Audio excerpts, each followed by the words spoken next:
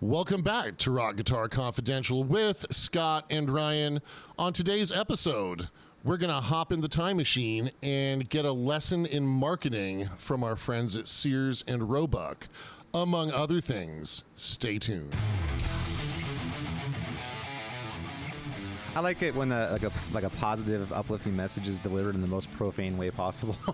Absolutely. There's something about the dissonance of that that's really I find delightful. I don't know why. That's deep art. It is, exactly. Yes. It's like, okay, this is a very positive thing, but I'm kind of offended too. Yeah. So I should tell the audience they owe me one because I didn't press record until after Scott had stopped rapping. Yeah, exactly. No one needs to hear that or should ever have to hear that. You're right. That's doing a solid by all of humanity right there, Ryan. No, it's cool that she mentioned people getting offended. Yes, that's true. That is always good. It is always, and so it's always a good time to offend people. The Olympics. Okay. Oh my God, I have no idea where we're going here, but sure. Is it just the excellence in athletics is offensive? Well, no. Okay. I mean, I didn't watch any of the athletics. Dude, you didn't watch the men's basketball? You know what? I tried, but LeBron, Steph, KD, all on the same team. I mean, my God. Ugh.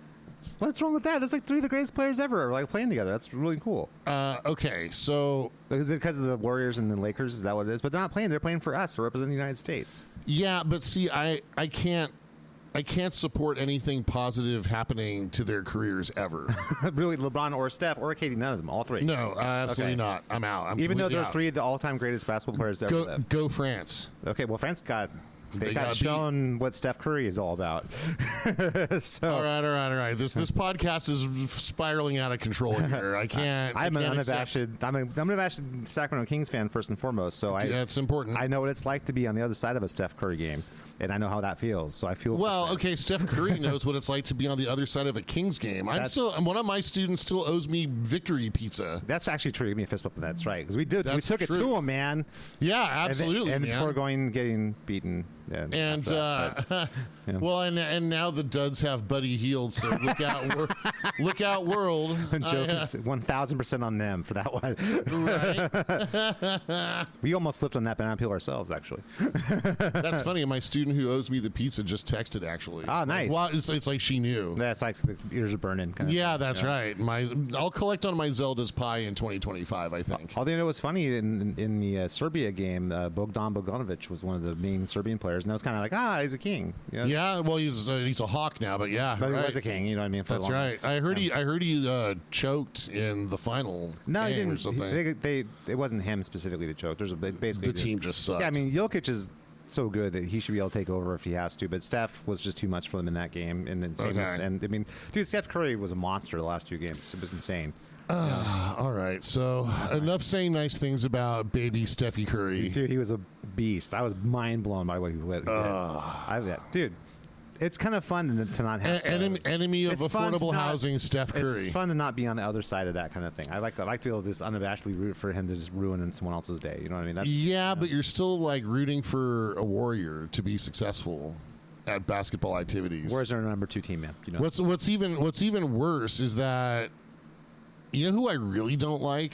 Okay, really? Who's got the ire from Ryan on the Dude, Anthony Davis. Okay, why do you? He seems very innocuous. Like, why would you? Well, you know what? He's another player that forced his way off of the Pelicans so he could go chase a ring with the Lakers. Well, it worked. He got a ring. So I mean, that's So fuck that guy, right? Like, I'm sorry, but he just he took the easy way to a ring, right? The only thing easier would be to be a guy. Grant did the same thing. I mean, so it's and he rightfully caught flack for it, I guess right? That's true. Give it up to De'Aaron Fox, man. He spent his whole career in Sacramento. Yep. Right. Even up to a point, Damian Lillard, right? He was on the Trailblazers forever. Like 15 years, he did everything he could for that franchise and that fan base. Anthony Davis is just like, how do I get to join the Lakers? I'll make a stink here, right? Screw all the New Orleans Pelicans fans that had season tickets and spent money. Yeah. He just threw a tantrum until they let him out, and then he went to the most vile sports organization. No, Dallas Cowboys exist. Well, look, I mean, I'm all down for hating on the Cowboys just based on the name. Yeah, they are. I'd be like, you chose a bad name for your football team. Fuck horrible. you guys. But anyway. Yeah.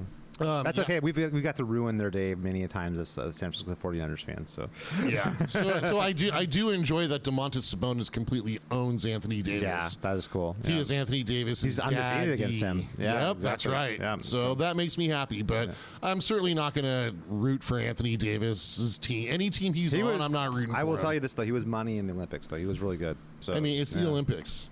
Dude, they're playing. There was like 69 NBA players in the field. No, I know, but it's not like, this. But you know what? Give me like the. What do you think? Do you think the like last year's Detroit Pistons? Do you think they could beat any Olympic squad? Yeah, they probably could beat some. I bet they probably could. Right. You know what I mean? But that being said, that like the Washington Wizards. Serbia was no joke, and France was no joke. Australia was no joke. Those guys in Canada. Well, no, I know they're no joke. They had in the context, real good players. I mean, in the context of Olympic competition, they're no joke. But just give me the worst NBA team, and then give me the. I think the top three, like I think Canada, Serbia, and France could have beaten most NBA teams. I think they could have, but I don't know. It's compelling. I think that it was really fun to watch. I have to say that this. To me, as a person who's just a fan of basketball, and as much as my Kings are my team, like we're very often out of the mix very early, almost my entire life. But not this year. Not this year. Nope. In the last 2 years that we haven't been. But it's one of those things that I'm used to like, okay, well my team's out of it. Well, who else is going? I can kind of follow and get behind. You know what I mean? And yeah. For years, my backup team was the Grizz. Yeah, you told me about this. Yeah, when Hubie Brown was coaching, I really liked the Grizzlies. And then there was like the grit and grind Dave Yeager Zebo era, which eventually came to Sac. Yeah. It wasn't the same, of course. But yeah, so for a long time, like I've wanted the Grizzlies to succeed. Now, Ja Morant is kind of a toolbox. Yeah. So that's he's also not the kind of guy you can hang your hat on and say he's going to be the cornerstone of the franchise. You know what I mean? Like he's a good shooting guard. That's cool. And I understand being young and stupid. Yeah. And he's got unbelievable unlimited wealth. funds. Yeah. Right. Yeah. So I mean, I'm not fame. going to be so hard on him with that one, but. Then again, anyway. De'Aaron Fox is no oldie either, and he seems to have his stuff together. So yeah, it just depends on how you're raised. Those things like matter. So everybody who listens to the Rock Guitar Confidential podcast comes here for NBA talk. Right? Yeah, totally. Well, and then my other backup team is the Celtics. So you're gonna hate me so much. You're gonna hate me so much.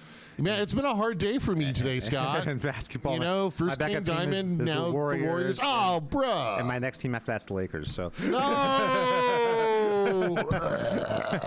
But it's always Kings first, and then if I can, it kind of goes down and goes down. It's just like in football, it's the same thing. I'm gonna go back in post. I'm gonna edit that statement out Niners of our podcast. fan first, and then Raiders fan, and then Chargers in NFL.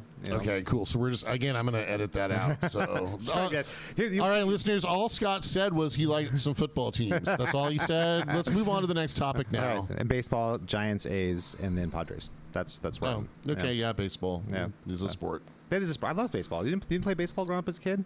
Dude, like I was out after T-ball. Oh, wow. I played baseball for many years in Little League, and so I remember that's probably my number one sport when I was younger was baseball. And then football took over, and I did that for many years, and then cracked some skulls. Yep. Oh yeah. Totally, nice. Dude. That was fun. And then once I started getting into psycho teachers who were like my coaches, I was like, okay, I'm out. And I was already a guitar player long by then, so I was like, okay, I don't need this wackadoo deciding how many hills I have to run after practice because he hates me. Right. Because I had long hair. I was like a long-haired rock and roll guitar jock. So you were kind of ahead of your time. Right? It was very, very. It's funny because the jocks didn't know what to make me as I'm like this long-haired rock dude, and the rockers didn't know what to make me as I'm like a football player. That's different from my school experience. The jocks definitely knew what to make of me, and it involved like getting thrown in a trash can or. Okay. Okay. No, that experience was yours, right? Okay, that didn't literally happen, but they were assholes. They didn't fuck with me because they knew how to kick their ass if they did. Yeah. And especially on the field. They saw what I did on the field. And actually, by the time I was in high school, I'd already slotted in with all the stoner kids, and then I wasn't there. And then I you wasn't put your resume in. Much. They considered it carefully, and they said, okay, dude. In a stroke of genius, right? Since I couldn't score weed the way the other kids could. I had my buddy pick up this marble pipe from a Grateful Dead concert for me. And so I always had a piece. So when the kids, so when we went to go smoke Doge under the bleachers before the principals walked by, Okay. right? Like I was the only kid who had something to smoke it in. I gotcha. Okay. Right, so I got smoked out all the time. I never had to actually buy weed. Wow, this sounds like kind of like a weird like hack or something. It was a weird, it was a weird life hack. It's a life hack for people who probably shouldn't be doing that at teenage years. But It that's was okay. it was a definite upgrade over the previous method, which was. I used to get $2.50 for lunch, right? So I story in the podcast. Yeah, okay. So I saved up 2 days of lunch money so I could buy a nickel bag on the third day, right? But yeah, anyway. You so and I had that's very different high school experiences. That's all. that's how I got. That's how I survived my freshman year of high school. Wow, that's crazy, man. I know, wild. And crazy. then luckily my sophomore year, I got brought on at a guitar shop, and There the you rest is go. history. Yep, Yep. and that's what leads us to this very day. Yes. How our two very convergent paths have brought us together. And then I was the Yeah. guy at the guitar shop who had the pipe.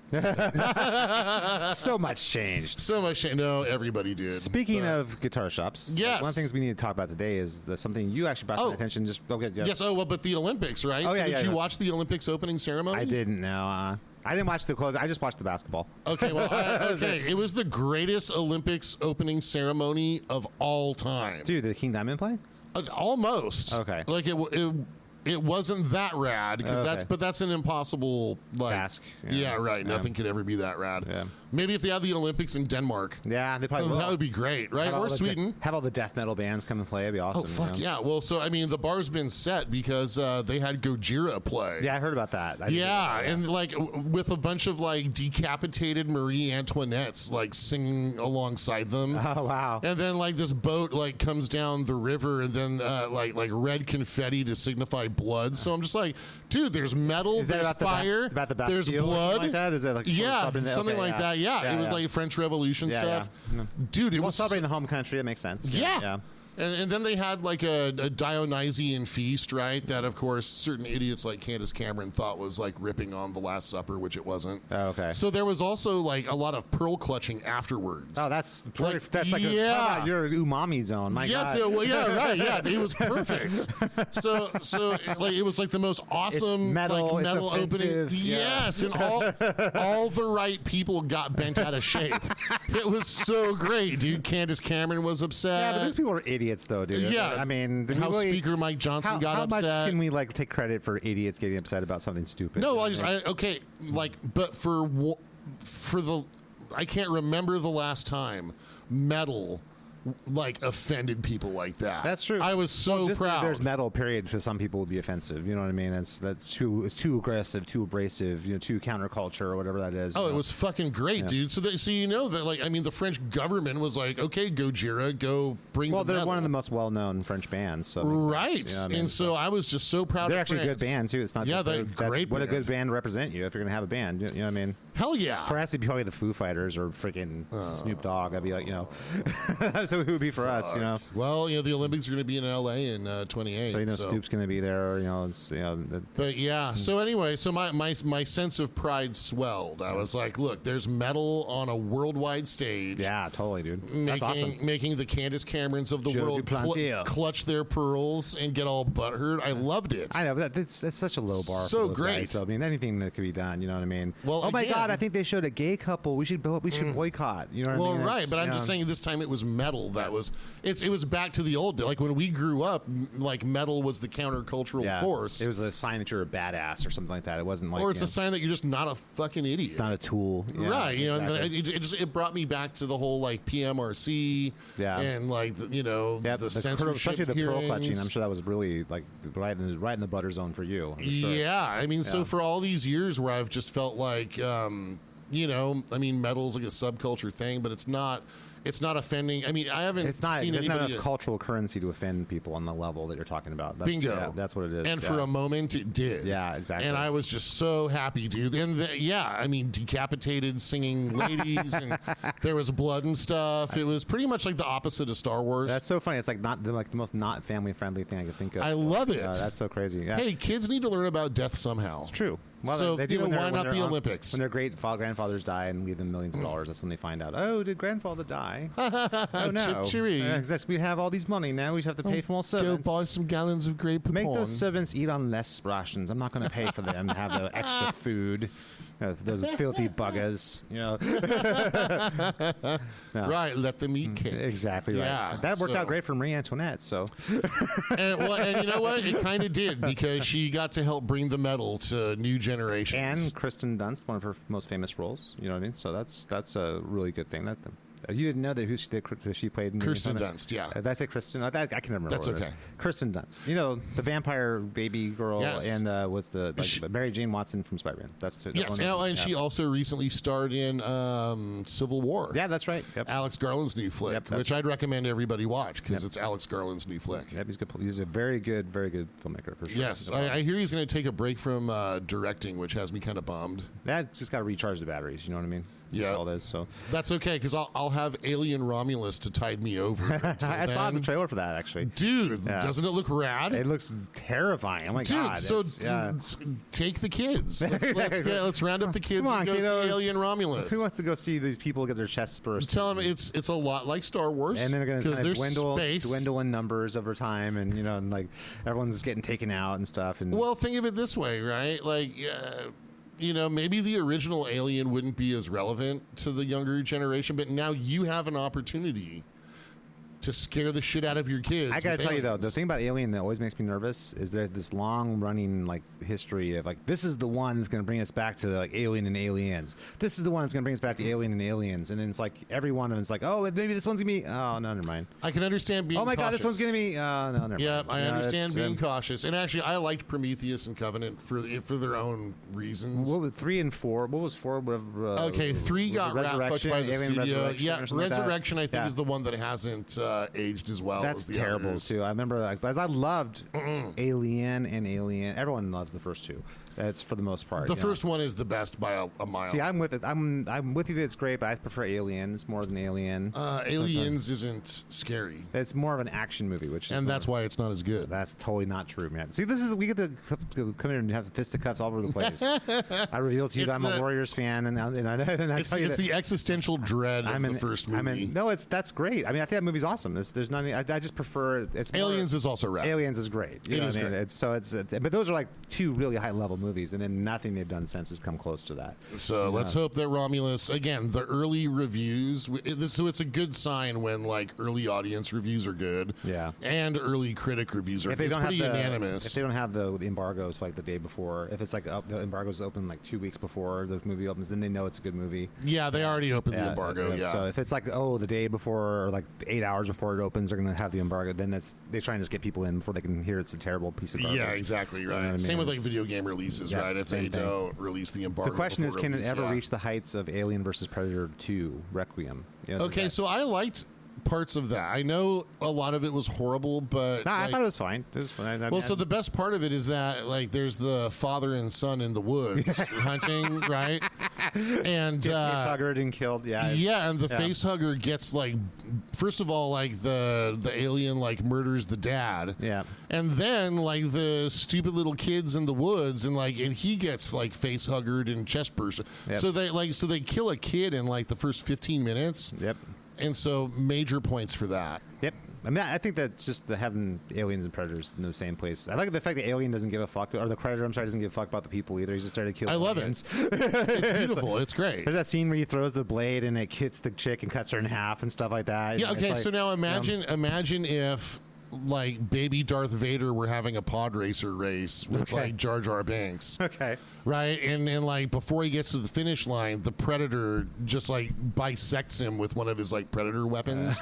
That'd be great. Then we'd never have to see that kid again. And no, we had a race on that one already. We never got to see that kid again after the movie anyway. Yeah, no kidding. Right. But just for not the next 45 minutes. Yeah.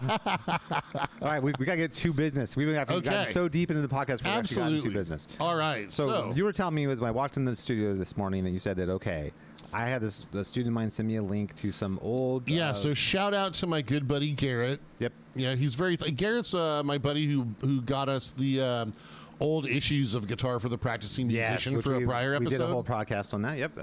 That's right. So, we've talked previously about daydreaming about guitars when we were kids. Oh, yeah. reading the catalogs. You have to keep this in mind too, that the internet didn't exist when Ryan and I were kids, so we couldn't just go and like go to Sweetwater and see like endless videos and pictures and product descriptions, and there wasn't 100 videos on every single guitar that's released. You just had to, if you could talk your parents into driving you to the guitar shop, go look at the guitars. That's the only place you could really see them. That's or in the place we're about to discuss right now. That's right. So I guess there's this website that archives all the old Sears catalogs. Yep. And J.C. Penney catalogs. And like Macy's and stuff in the time. Yeah, exactly. Yeah, so, so first of all, it was a blast from the past here. I'll try and give everybody the URL if I can figure it out here. It's called musetechnical.com. musetechnical.com. So musetechnical.com. And yeah, so there's like every catalog page has been scanned in. That's so cool. And then you can search keywords, right? So if you type in guitar, it takes you to the guitar section, right? Yeah. And it really got me thinking about, marketing cheap guitars. Okay, well, that's a long-held thing, as we were about to see. This is from the 80s, right? So, I mean... Yeah, this is so the first one I've got up is from 1989. I thought maybe we would, like, delve into, like, 90 and 91 just to see what was going on that's at that all time. the last days, end of days, really. Yeah, they're right, before the grunge yeah. and Garth-pocalypse. Yeah, which we'll cut to later in this podcast. Yes, so, so I was just reading. So imagine if you were like imagine you're a person working at Sears. Okay. That in 1989, right? Well, so I'm trying to figure out what it is. Is it someone? So these product descriptions, are they written by a Sears employee that knows nothing about guitars? That's entirely possible. Yeah. Or is this from the marketing material? Since a lot of these guitars are built in Taiwan. Yeah. Right? Like, or is it a Taiwanese employee of the company trying to describe the guitar? Is it part of the marketing materials? My guess would be they got some marketing material from the manufacturer, and they probably had someone at Sears who's supposed to like skim that down into something more palatable, for the average person. Like to edit it. Yep. Okay. So like here's a good one. All right. It's a good one, as they say in the South. Okay, so this is going to be, and the fun too is that you have to like find the picture and then match it up with like the catalog. Is this like A, B, C, or D or something like that? Like, it's numerical, right? So I'm looking for guitar number 6. Oh, okay, this is actually a bass guitar. That's unfortunate. That is unfortunate. Yeah, so that's where things are already starting to fall apart. Is there quotation marks around the guitar part of that? Yeah. The bass guitar.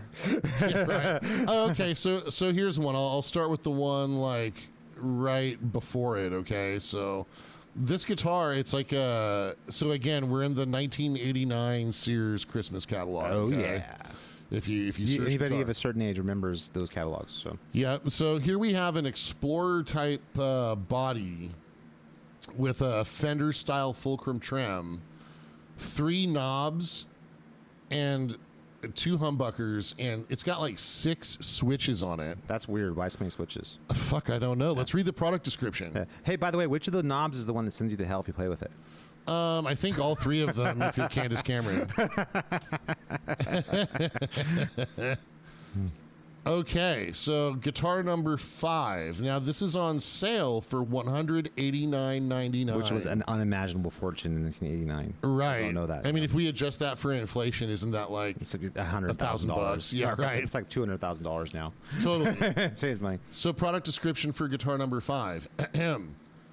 Control distortion, phase, wah delay. It's not just wah and delay. There's no comma. So wah delay. Okay.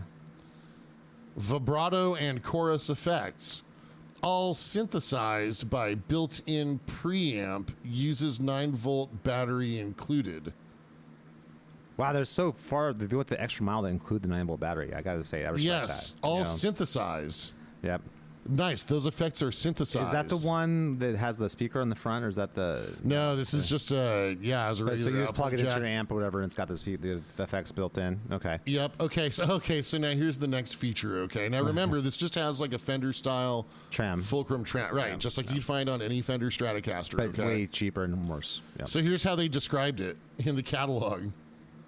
Swing arm tremolo lets you adjust tone in octave without interrupting playing. Okay, that's interesting. Fuck what? That's okay. I'm going to repeat that. Swing arm tremolo lets you adjust tone in octave without interrupting playing. Yeah, tone's the wrong word. Pitch is probably a better word. Right. Yeah, exactly. Yeah, tone's the wrong word. Yeah. Why is it called a swing arm tremolo? Because it can swing back and forth. It's not like a But that goes without saying. Yeah, I mean, well, that's more words, and more words mean better. And people who don't know anything, that's like, wow, more words. It's got the swing arm. Do you see this one? It's got the swing arm on it. Dude, this is totally taking me back to Boogie Nights with Buck Swope trying to sell stereo gear.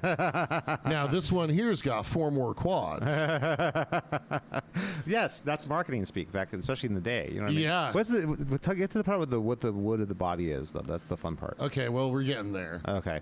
2 power sound, trademark, high gain distortion pickups. Fair enough. Fair enough. Yeah. But I like how there's like the little copyright circle next to power sound. Yeah. Which is probably just whatever the knockoff companies, Right. Like he wouldn't, I'm sure power sound. I'm sure Seymour Duncan was trying to release some power sound pickups, but they had to just go, oh man, we'll never touch the design of these people. Right, but Taiwan Guitars Limited beat him to the punch. Okay, volume, tone, speed knobs. Okay, well, speed knobs, that's actually a thing. Yep. Okay, hardwood body. Nice. Which hardwood? I don't know. I don't know either. It's just random hardwood. That's an improvement over the 1988 model because it had a softwood body. Yeah, exactly. I guess they need to get some Viagra or something like that. You know what I mean? They couldn't. I used to work with a guy that would describe the Chinese guitars we sold as having real wood-like qualities. Because they're particle board. Right. They're made of sort of wood material. Woodish, wood-like material. Yes. Yeah. Hardwood body, rosewood fingerboard, Gibson Equa steel strings. Oh, good Lord. Yeah. Have you ever heard of Equa steel strings? Well, Gibson strings also. Right, yeah. You know what I mean? I don't understand that. They're actually made out of real horses. They're like the equestrian string. Nice. Very good. Equa steel strings. Yeah. Oh, it's very, very big with the dressage set, I heard. Yes, exactly. Reinforced neck with adjustable rod. Yeah, oh my God, it's got a truss rod. What? Wow. That thing got a neck, you can adjust it and whatnot. That's a great feature. So the guitar has strings on it, and it has a rod in the neck. It's made of wood too, and it's made of hardwood. And it's got power sound copyright pickups, so you know that it's got the whole thing happening. Oh, swing my arm God. tremolo. Mom, this thing's got a swing arm tremolo. We have to get it. Inlaid position markers. Oh it my comes with God. position markers. That's going the extra mile. Dude, it really is, man. That's a deluxe feature. Yeah, it is. Oh my God. All this for $189.99 can be yours. It's like they're just giving it away. It's it's amazing. All those features. Are you kidding me? Oh my God. Yeah. Well, what's funny Imported, warranted, weighs 10 pounds, 8 ounces. Wow, that's a heavy guitar, actually. Holy crap. Right. Yeah, Well, it's an Explorer style. I guess. Must be made for really big hardwood. Well, yes, the hardwood weighs more. It's so heavy, the hardwood. Yes, the balsa models of past years. What's funny? It's amazing how much actually the price for a beginner guitar hasn't changed almost at all. It's actually not been adjusted for inflation at all. Isn't that weird? Like $189, $199 has been the price standard, point forever. Yeah, exactly. But in defense of the manufacturers, you get a lot more guitar for your money now than you did then. They're definitely. I don't know, man. I don't have control for wad delay. Yeah, because my tremolo arm wasn't a swing arm. Right, it wasn't a swing arm. It's just rigid. Yeah. Because it didn't adjust the tone either at all. My trem arm is always happy to see me. Yeah. It's not made of soft wood. Is that what you're saying? No, it is not. Well, here's the thing, though. I think it's kind of nostalgic about that, though, is that I remember being a guitar maniac back when I was like 10, 11, 12 years old, that I would literally, if I get like a Macy's catalog or JCPenney or whatever, I would go through the electronics section, which is usually where the guitars were, and I would see whatever guitars there were. I would sit there and, oh my God, what do they got? Look at that. That's an electric guitar. It being an an electric guitar was enough to get me excited. I wholeheartedly agree. And like the Kansas guitars they'd sell. Whatever. I mean, I remember the one they showed me a picture. There's one that had like a built-in speaker, and I remember thinking, that's so cool. I don't even need an amp. Oh yeah, I remember that was also the guitar that was hanging at Toys R Us every time you went in there. And you were all excited, like, wow, look, there's an electric guitar. Oh my God, you know, it's. I mean, that's stuff I'll never forget. Getting my first guitar, which was just a Memphis, black guitar with a white pickguard Memphis Strat guitars, copy man. from Guitar Player Music. And I remember, like, just being so excited. I remember just staring at my guitar, like on the way I got home. I took pictures of it. Yeah, I remember just looking at it and then like just playing. I didn't know even what I played, like 3 riffs, and I would just sit there and play whatever I could just do. Yeah, but you felt like you had arrived. Yeah, like I own an electric guitar. I was like really excited, and I plug in my terrible crate amplifier and just try and make anything sound like anything. And I was just excited. It was loud and dude, we both overcame Memphis guitars with crate amplifiers. Well, because we both bought them from Guitar Player. That's right, because that's all they sold. Yeah, exactly. But I remember, like, I hit the whammy bar.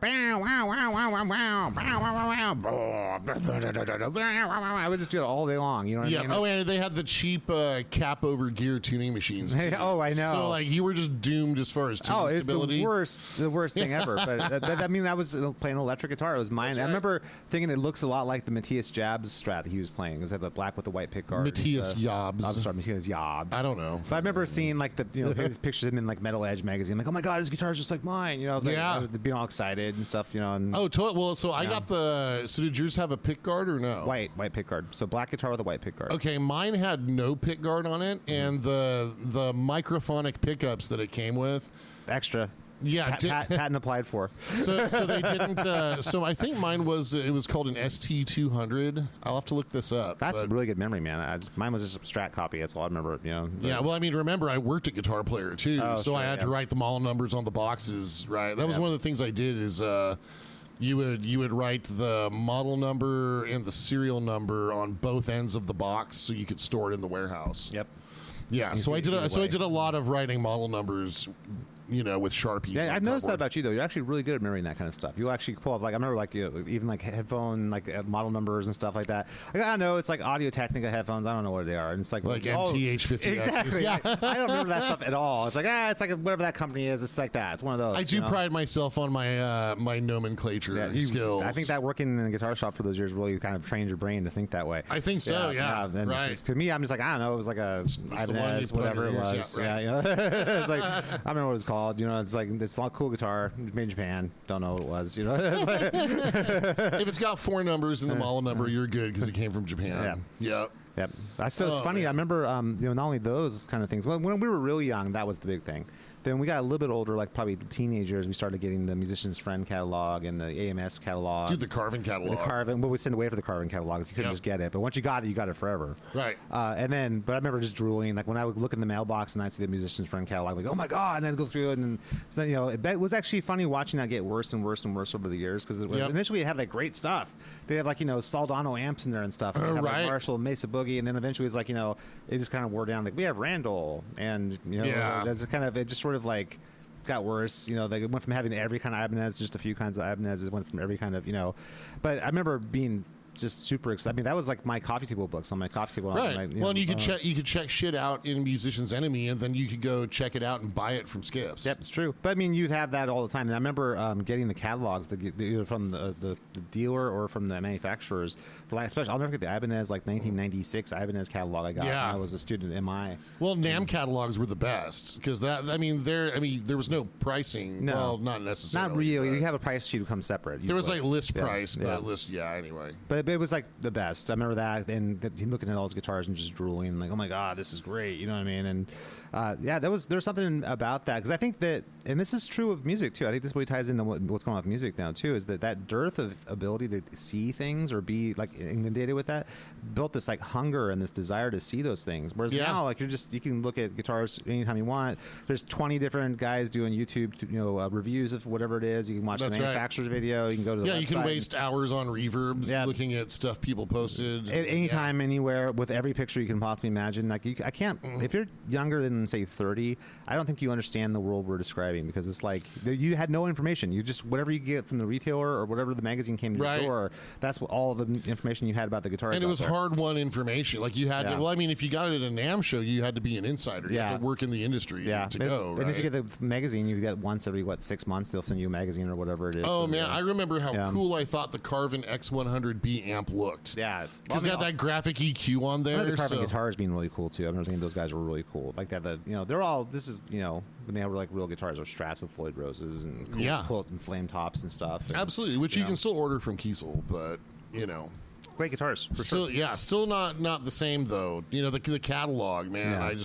Well, it's kind of at a certain point, with all the information being so readily available, it doesn't make any sense to spend the time and energy and money to print catalogs for what the handful of people who are going to want them. You know what I mean? It's even like at the NAMM show now, they don't really give out catalogs anymore. Right. Well, I mean, manufacturers don't even show up for the NAMM show anymore. No, it's getting less and less. It's for less sure. And less. Yeah, exactly.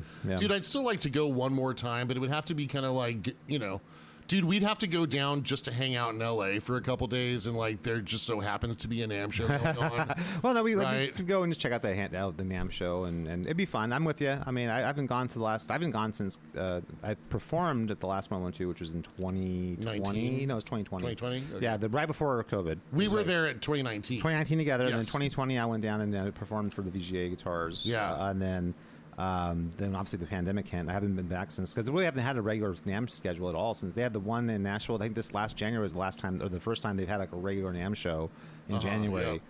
Since 2020, so it's been like one of those weird things. So they should be back to a normal schedule now, I think. Yes, this last January was the first time that they were like a normal schedule since the pandemic. So maybe next year, maybe after Xmas, that'll be time to go. Yeah, I wouldn't agree with that. Nice. I wouldn't disagree with them. Sorry, I wouldn't agree with that. What am I saying? I'll still be coming off of the high of King Diamond's performance in November. Yes, everyone should know King Diamond is now touring. Yes. I hope that this isn't going to make a big dent in his recording of his new record.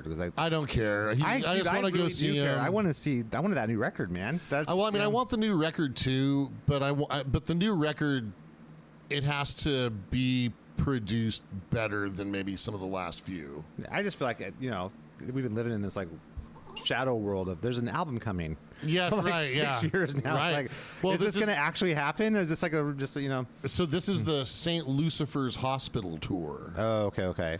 So are they kind of building? Yeah. Okay. So I mean, I'm hoping. Seriously, you should really consider the cardboard cutout, dude. Like, I'll do it. I just want that record, man. I want the record. I want to hold, because the thing is, I can hold on to that forever. Like King Diamond, at some point in the next 10 years, is not going to be able to tour anymore. Right. Well, and there's my angle for just do tour. But the album you can have forever. You know what I mean? Once that's there. You know what I mean? The album must have been done by now. No, I don't think they're done writing it yet. You don't think so? I don't think they've like 7 songs or something like that. I don't think they've got the outline of the story. And God, how's that possible? It's been. Oh, you know what? I know what happened. Okay. I know what happened. Okay. King Diamond had a kid. Okay. Yeah. That's it. That's why everything's late. Well, it's true. No, I mean, it's hard work raising a kid. He's raising Prince Diamond.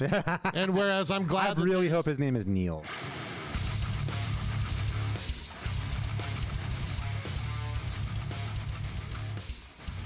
Thanks for listening to the Rock Guitar Confidential Podcast with Ryan and Scott.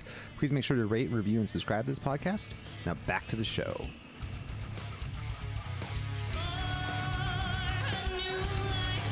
Tell me who the kid's name is. Neil.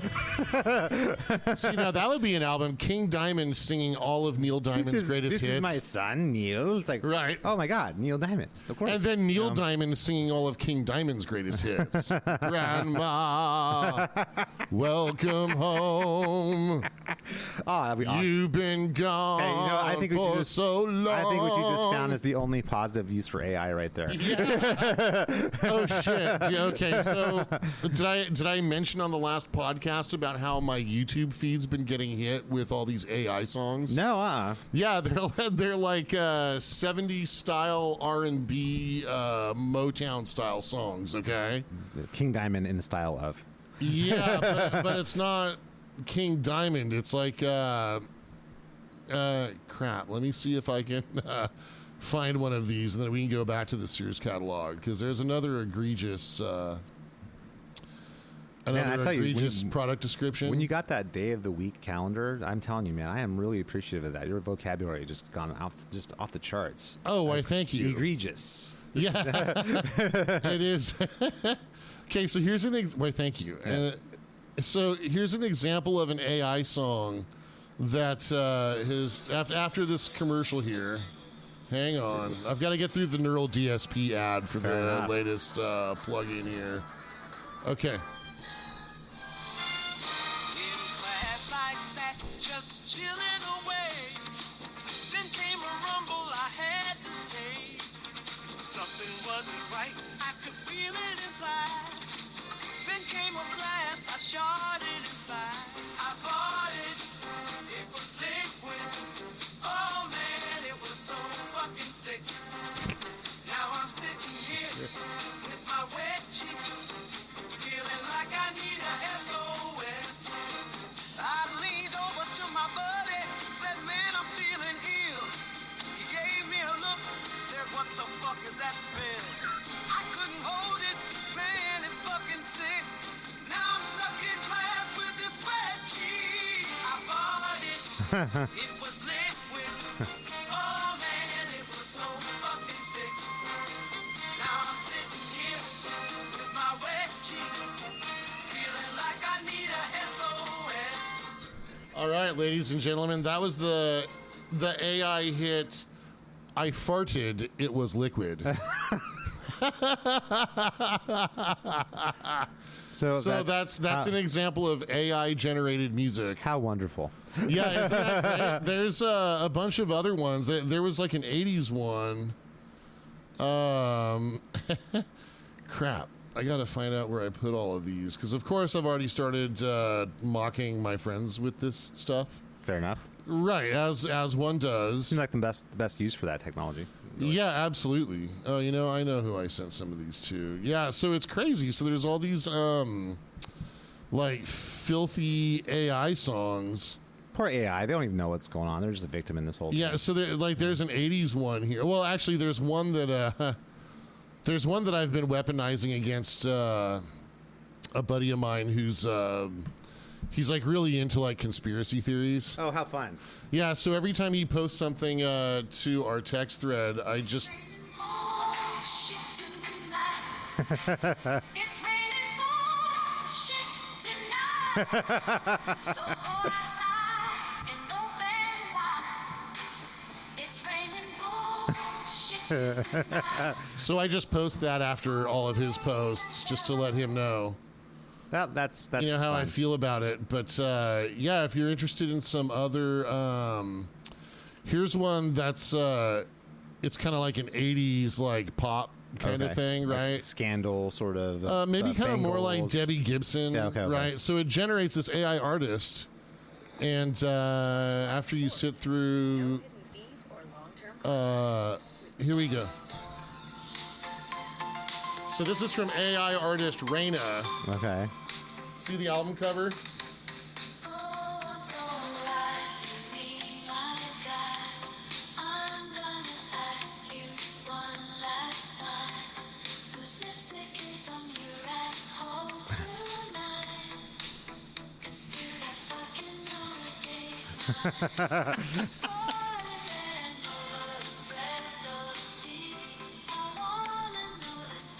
Definitely seeing the theme here. There's a lot of butthole themes going on here. Yeah, so in this your is, AI music feed. This is Raina's Yeah. number one hit, "The Secrets Your Asshole Keeps."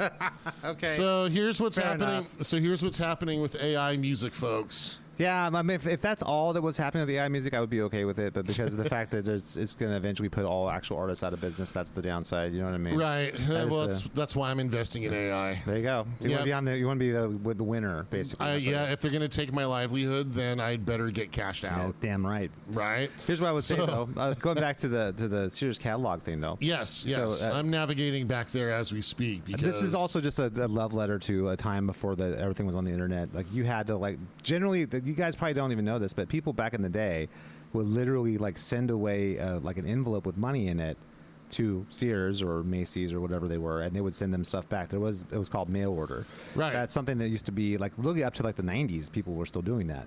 You know what I mean? It's kind of crazy to think how long ago that was, and then also how that doesn't exist anymore. But the point we were trying to make though with that is how exciting it was to see the guitars in the magazines when we were kids, and hopefully you guys had those same kind of experiences too. All right, Absolutely, and plus back then, if you wanted to write a song about your butthole, Yeah, you really write a you had to song, write yeah. it. I mean, ask Eddie Murphy. Yeah, man. exactly. Eddie Murphy wrote "Boogie in Your Butt" himself. Well, Yeah. with Rick James. Yes. But that there was, It was no not AI. an AI Rick James. Or Yeah, there was no yeah. AI writing "Boogie in Your Butt." That true. came out of the butt of Eddie Murphy. All right, so let's take the last little bit of this podcast and let's dive into something we've promised many podcasts ago: the Garth-pocalypse. Oh So, God! so my Yeah, understanding, it's taking a and dark turn today. this might take another podcast worth of us delving into, but what everybody who's listened to this podcast knows, we've talked long and hard about the Grunge-pocalypse, basically the apocalyptic event where this comet called Nirvana hit the Earth and wiped out all recognizable life for the next 30 years, right around there.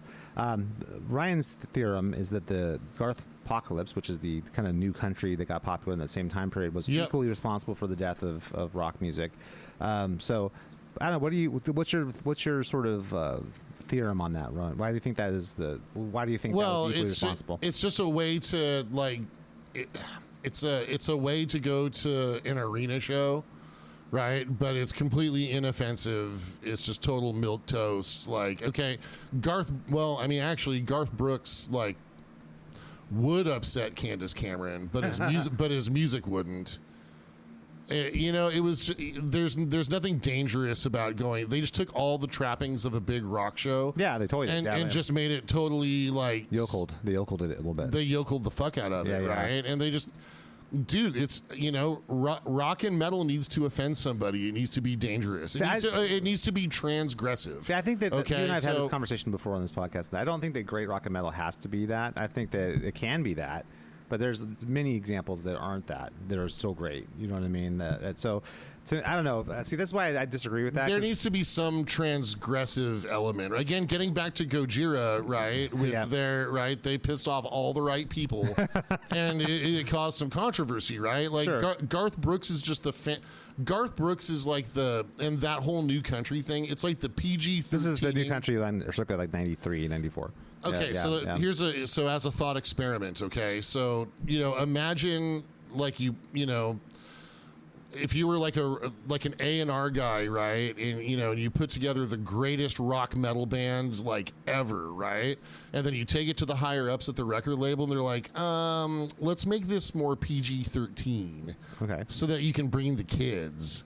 That's what new country is. Fuck that. I don't know if I agree with that. I think new country was more about people just wanting to have a good time. You know what I mean? It wasn't about like, hey, let's try it. I don't think they even thought about offending or not offending. They just wanted to write songs about partying and chicks and going to the lake and driving their truck and stuff like that. That was more.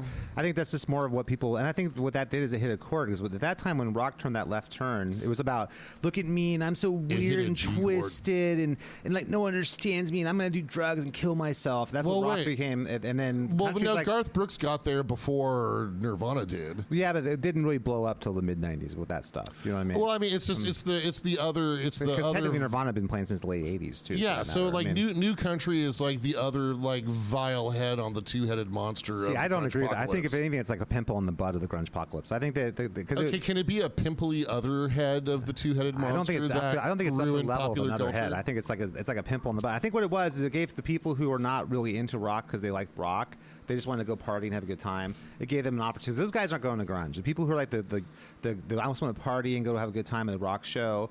People are not going to go see a Nirvana show because they don't associate with like I'm this weird kind of counterculture weird dude. They want to go just like drink beers and see titties, and so they're going to go and see like a Toby Keith concert or you know what I mean. See, I don't think. Again, I think it's more like they aren't going to see any titties at a Garth Brooks show. Well, like they Garth will. Brooks Dude, is, no, dude, you remember like there's a lot of hot country moms going to those shows. You know what I mean? Well, okay. You know what I mean? I think I'm not talking about on stage. I'm talking about in the audience. You know, like if you go see a Def Leppard show, half the audience is hot girls. So if like, you're, you know what I mean? So if you're a person who's going to church every Sunday and like you love going to big concerts, Yep. but your pastor is like handing you pamphlets that say, you know, That's like not- I this don't- music is the work of the devil. I don't think those people are in right? big enough numbers to have it really move either which way. I think the people who are that they're getting are more the casual rock fans Well, who just want to okay. go party.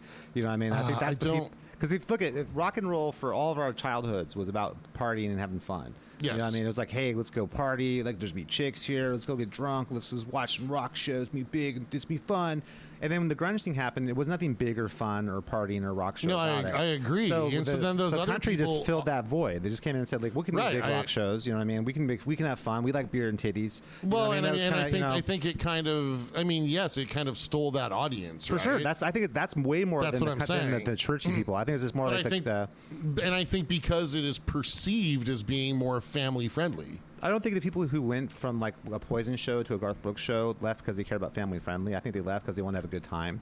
Does that make sense? I think it's more about that and less about family friendly. I think maybe for some portion of the audience it was probably that, but those guys weren't going to a Poison or a Faster Pussycat show anyway. I think You know what I think mean? New Country. Well, but they might have gone to a Def Leppard show Maybe or a Bon Jovi show or a Bon Jovi show, right? But And that's again, it's more about having a big show that's fun. I think that's what it was more about than it was like a let's go and let's.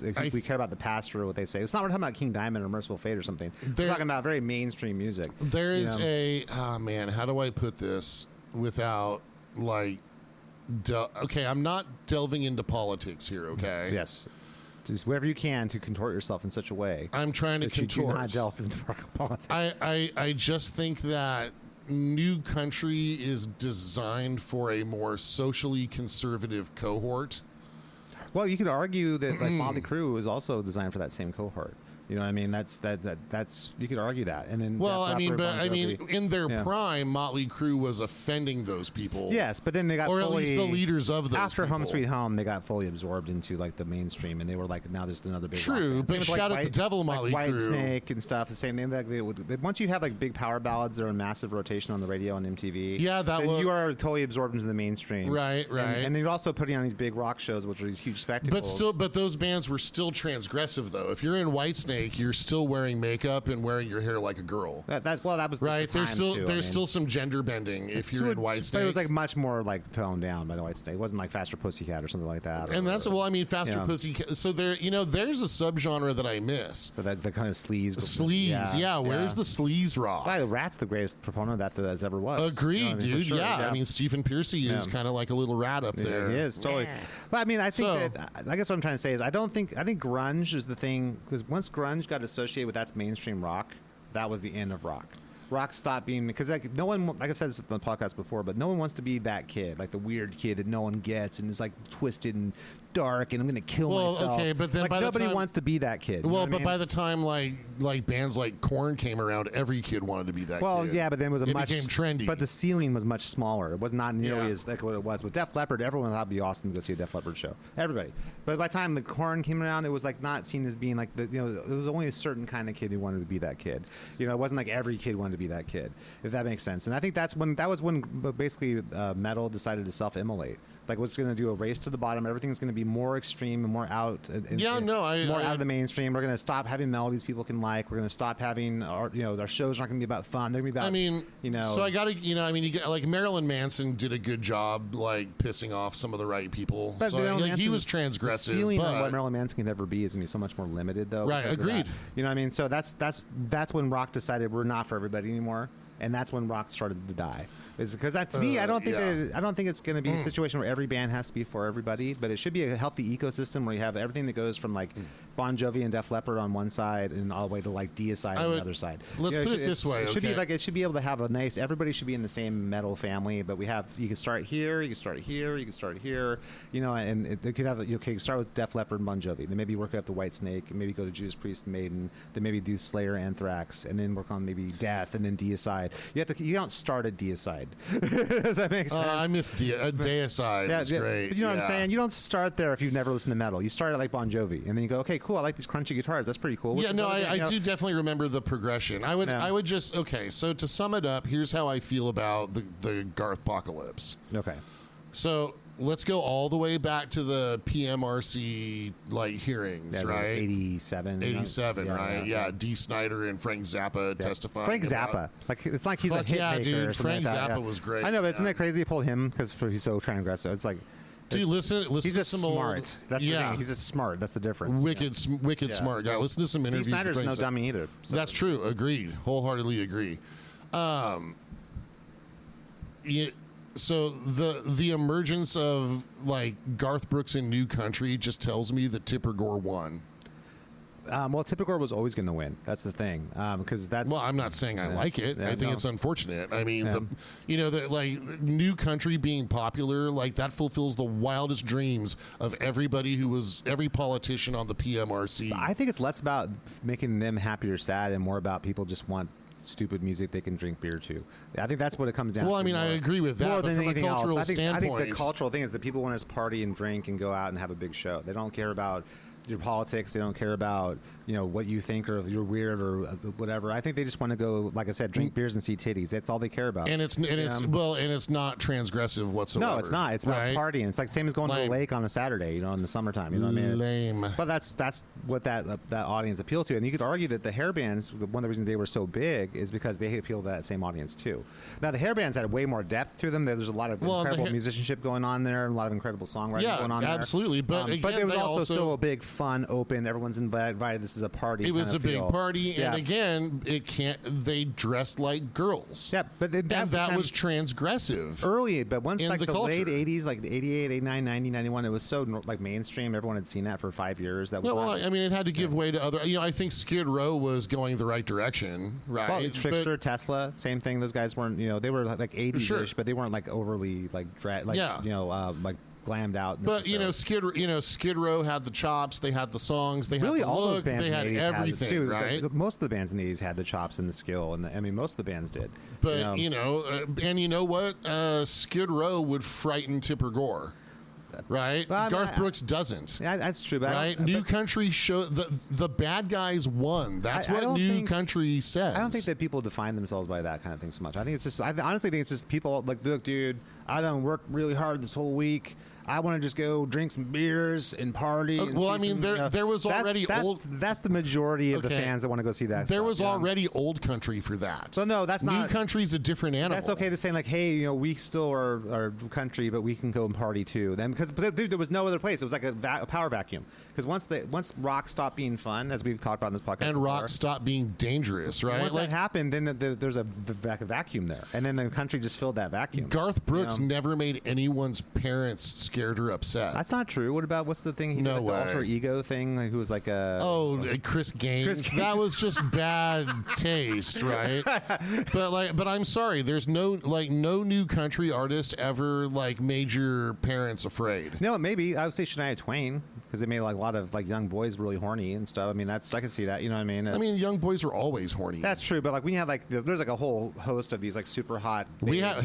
had Samantha Fox, Yeah, and she that's- actually got naked. That's true. Yep. Yeah. And Lita Ford. That was another Well, one. Lita Yeah. Ford didn't ever pose for. Well, but she got Penthouse, to go. but- She may as well. I mean, I saw everything. I saw she's wearing leather. But Samantha everything. Fox did, and Yeah. you know what? And so it I remember growing up feeling like Samantha Fox music was like contraband. Like, Yeah. isn't she the chick that's in Penthouse? Yeah. That was Right? cool. Like, Yeah. I mean, and my parents would have hated it if I was listening to her, and it was fucking great, right?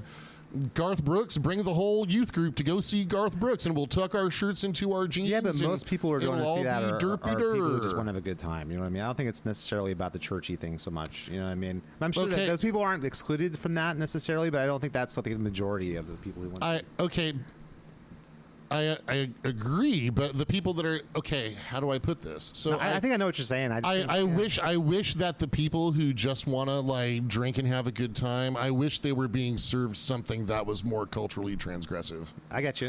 Instead, it's just. But I'm not arguing that at all because I agree Yeah. with you on that. I think that the reason they got so popular was more there was just an alternative because rock wasn't fun anymore, and we used to having these big shows and everyone would go have a party. Right, and New Country's country safe. filled that void. They filled that It void. filled the void because it's safe. Well, also because rock decided they were going to give up that territory. Okay, I'm with you on that. And that if rock had disappoints stayed me. fun, then it wouldn't have ever happened. But because rock's like, we're going to be about, we're weird, no one gets us, and we're just so twisted and even unique. But and I agree, man. And if rock it's, had not ceded that territory, then New Country couldn't have taken it. You know what I mean? Well, I agree and with hip hop you. for that matter too. Same thing. You know? Well, I think there's other. I mean, it's interesting. Every like genre has its own nuance as to why it rose to prominence. Well, hip hop and New Country were like the only party stuff that was available at that point. And it was also because of the rise of basketball being in the 90s, like when Michael Jordan was huge, right? Yeah. So hip hop became like more socially relevant in that time because of the basketball culture was really getting popular at that point. Yeah, too. that's very true. And I think those things coincided, and there was like a lot of hip hop artists that were more about partying and chicks and money and stuff like And that. don't forget the pop punk thing. I mean, kids are still fired up about Blink-182, which I will never understand. But that's okay. I'd rather that than many other things. But yeah, I'd rather teach What's My Age Again than, man, it's funny. I have this is so mediocre though, man. Like I don't get this is the freaking poster child for mediocre pop. Dude, punk. I had a couple episodes last week, like actually the last couple of weeks, where like during a lesson I swiveled around in my chair to like open a file or like print something for my student, and while my back was turned, they started playing Smells Like Teen Spirit. Sons of bitches. Yeah, right. Stab you right in the back. I know. Yes. Like I was like, we don't know each other that well yet because they just started. So I couldn't just come out with, dude, are you pissed at me or something? Like, why are you doing that? No, are you pissed at yourself? I have a funny anecdote of that too. I remember talking to one of my students, and they asked me, they made a terrible mistake of asking me about how I feel about Nirvana. I was like, and my answer, there goes the lesson. I can see my answer blew their mind because they'd never encountered someone with that take before. It was like going like, yeah, well, they're the band most responsible for the death of rock music. You know what I mean? The rock was great until Nirvana, and they took over and they totally sucked. And and I basically laid it out like this. This is I kind of give a mini history lesson of rock and roll from like the 1960s to now. And that's a kind of lesson, folks. It is, and then like this is why this band sucks. And they're terrible. And it's funny. I was teaching one of my students the other day how to do tapping, diatonic scale tapping. Nice. And he's like, what can you do this? And I showed him. He's like, wow, Kurt Cobain could never do that. I'm like, there's many things Kurt Cobain couldn't do. That's one of the many things, And then he's like, wow. And then he was kind of mind blown. But at least Kurt Cobain could aim. That's too late though. He's too late. His timing's terrible. Well, don't expect him to have a sense of rhythm. You know what I would say is.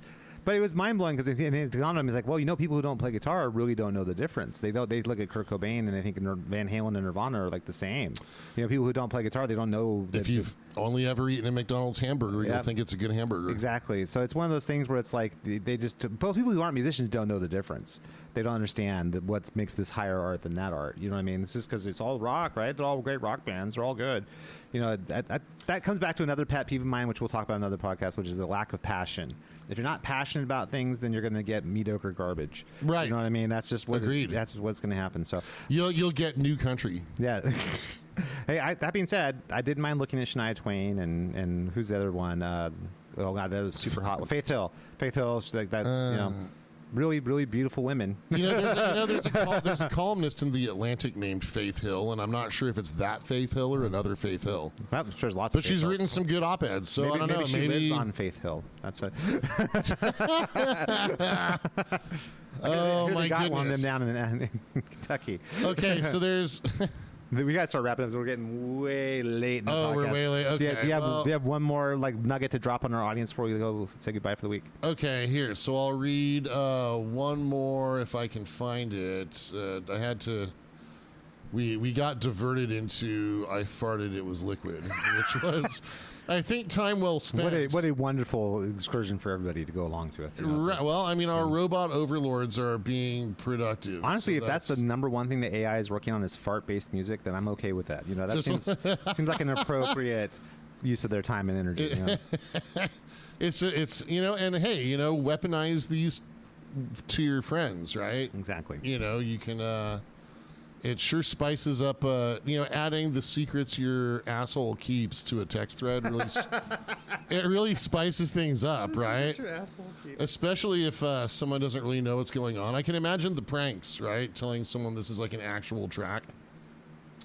Okay, so item number 6. Now, this is the bass guitar, okay? Okay. All right. So now, Here's the description. Are you ready? Item number 6.